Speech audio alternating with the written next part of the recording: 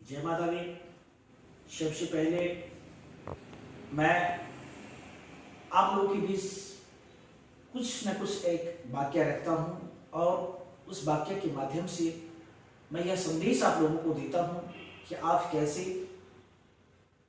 स्वस्थ रहेंगे, कैसे आप स्वच्छ रहेंगे, कैसे आप निरोग रहेंगे, कैसे आप निकर्ज रहेंगे। तो आज मैं बहुत ही इंपॉर्टेंट कुछ बातें आपके समक्ष रख रहा हूं। आप चाहे जहां से बिलोंग करते हो, चाहे हमारे इंडिया से बिलोंग करते हो या इंडिया से बाहर बिलोंग करते हो, मुझे नहीं पता। हर राष्ट्र में रहने वाले के लिए राष्ट्र देव है, राष्ट्र देवो भव।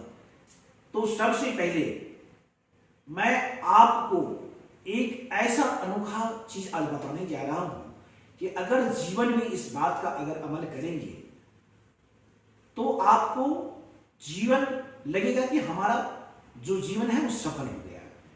तो जीवन सफल करने के लिए आज गीता में जितने भी व्यक्ति पढ़े होंगे, गीता में कुछ उपदेश दिया गया है। जिसे आप लोग गीता बहुत आदमी के घर में होगा, बहुत आदमी पढ़े होंगे, बहुत आदमी सुने होंगे, देखे होंगे। गीता में उपदेश लिखा गया है, किसी के द्वारा बताए गए उपदेश, उसके वर्णन किया गया है। तुम क्या लेके आए हो, क्यों बैठ चिंता करते हो, क्या तुमने खो दिया, क्या तुमने पाया। इसी तरह कई उपदेश हैं। आज मैं आप लोगों के बीच जो उपदेश लेके आया हूं वह बहुत ही अनोखा है। आप जिस राज्य में रहते हो, जिस देश में रहते हो, जिस गांव में रहते हो, जिस घर में रहते हो, आपका संप्रदाय क्या है, आपकी भाषा क्या है, आपका जीवन वास्तविकता क्या है, हर व्यक्ति के लिए बस ये 12 लाइन। हम जो 12 लाइन आपको बोलने जा रहे हैं, इस 12 लाइन के अंदर पूरी अध्यात्म शामिल है, पूरा जीवन शामिल है। आप अपने जीवन में कोई भी क्वेश्चन रख लो, कोई भी प्रश्न रख लो, हर प्रश्न का जवाब इस 12 लाइन के अंदर है। क्या आप करना चाहते हो, क्या बनना चाहते हो, क्या ये संभव है, क्या संभव नहीं है, हर बात का रिजल्ट आपको इस 12 लाइन के अंदर मिलेगा। तो बड़े ध्यान से अगर कॉपी कलम है तो उसको लिखो और समझो। मैं बड़ा ही धीरे धीरे इस बात को बोल रहा हूं, इस 12 लाइन को उसको समझने का कोशिश कीजिए आप लोग। संयम और नियम अध्यात्म के 2 विशिष्ट अंग हैं। अनुशासन और शिष्टाचार एकाग्रता। स्वार्थहीन जीवन ब्रह्ममय जीवन है और स्वार्थमय जीवन ब्रह्महीन जीवन है। प्राकृतिक परिवर्तनशील है और चेतन गतिशील। चेतन मीन्स आत्मा, आत्मा से गतिशीलता किसी चीज में नहीं है। चेतन गतिशील। स्वाध्याय ही साधना है और अपनी चरित्र ही सिद्धि। मन वचन और कर्म में समानता ही महानता के लक्षण है। आत्म प्रशंसा और परनिंदा के अभाव में क्रमशः आत्मविश्वास जागृत होती है। समय की पाबंदी शांत मन सुरक्षित जीवन प्रदान करती है। निश्चलता के साथ समानता के मार्ग पर गतिशीलता ही जीवन है। जल की शीतलता, वातावरण की आर्द्रता और अपनी स्वभाव की कोमलता ही जीने सकती है। परम शक्ति यानी ईश्वरीय परम शक्ति उसी में सन्निहित होती है जो ब्रह्मचर्य का अनुयायी और संवेदना का आधार होता है।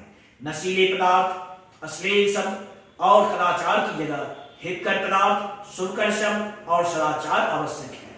पंच तत्वों का समुचित प्रयोग और सभी इंद्रियों का संतुलित उपभोग शांति और शांति प्रदान करती है। शून्य ही शांति है और शांति ही शिव। शक्ति शून्य है और शून्य ही शक्ति। अंतर्मुखी आनंद है और आनंद ही अंतर्मुखी। अगर इस 12 लाइन के अंदर अपने आप को जब आप देखेंगे, इस 12 लाइन को एक आईना समझकर इसके सामने आप एकांत में खड़े हो जाएं और अपने आप से पूछे, आपका सही जवाब मिलेगा। भगवान की निचोड़ इसके अंदर है। मैं आप लोगों को बार बार ये हाथ जोड़कर ये अपील करता हूं कि अपने जीवन को सफल बनाएं और वास्तविकता जीवन को जीने का प्रयास करें। माता पिता से बड़ी कोई शक्ति नहीं। माता पिता का दिल कभी ना दुखाए। माता पिता सबसे बड़ी ईश्वर, सबसे बड़ी शक्ति है। माता पिता को सदा खुश रखें, सुबह अगर जगते हैं तो सबसे पिता माता को प्रणाम करें, सबसे पहला कार्य करें, माता पिता को प्रणाम करने के बाद दूसरे किसी कार्य में लगें। कोई भी काम करते हो, कहीं भी आप बिजी हो, इतना तो आप समय निकालें, ये मैं आपसे विनती करता हूं। अगर ऐसा आपने जीवन में अमल किया, आपका जीवन सफल हो जाएगा, क्योंकि रामायण की एक चौपाई तो कम से कम आप याद कर ही ले। क्या? प्रातः काल उठ के रघुनाथा, मातो पिता गुरु ना वही माता। जब हमारे राम ईश्वर थे और वो जब सुबह उठकर माता पिता को प्रणाम करते थे, तो फिर मैं और आप क्यों नहीं? इसलिए आप अभी भी मैं कहता हूं, जगो, माता पिता से बड़ा ईश्वर दुनिया में हो ही नहीं सकता। इस बार बोलो, एक बार बोलो अपने अपने माता पिता की जय। जय माता।